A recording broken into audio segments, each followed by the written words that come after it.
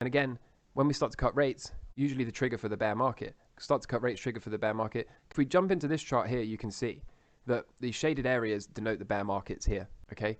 The red line is the Wilshire 5000 total market cap index, and the blue line is the Fed funds rate. You can see that again, upon starting to cut the rates, we dive off a cliff. Cut the rates, dive off a cliff. Cut the rates, dive off a cliff.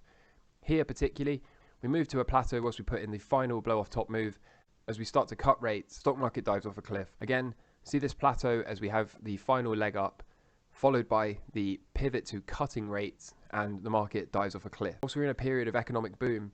The Fed started to hike rates. However, the Fed made a critical policy mistake here. And that policy mistake was, as they started to hike rates, the market threw this taper tantrum. The market started to sell off heavily and rapidly, and the Fed folded. The Fed said, oh, whoa, okay, stock market, don't do that, we'll cut the rates again. So they immediately went to cutting rates, all in a very short period of time. And the market said, yeah, thank you very much, Fed. That's what we thought. We're in charge here.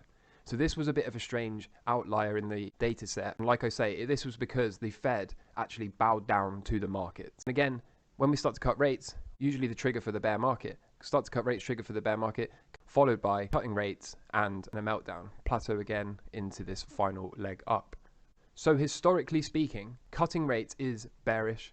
Cutting rates is usually the trigger for the biggest drawdown in the bear market. This is because of that lag I was telling you about at the start of this video. Why would you begin to borrow money here at the start of a cutting cycle when you know for sure if they've started cutting rates, then just being a bit more patient means you could borrow money a lot cheaper? So this speaks somewhat to that lag that we see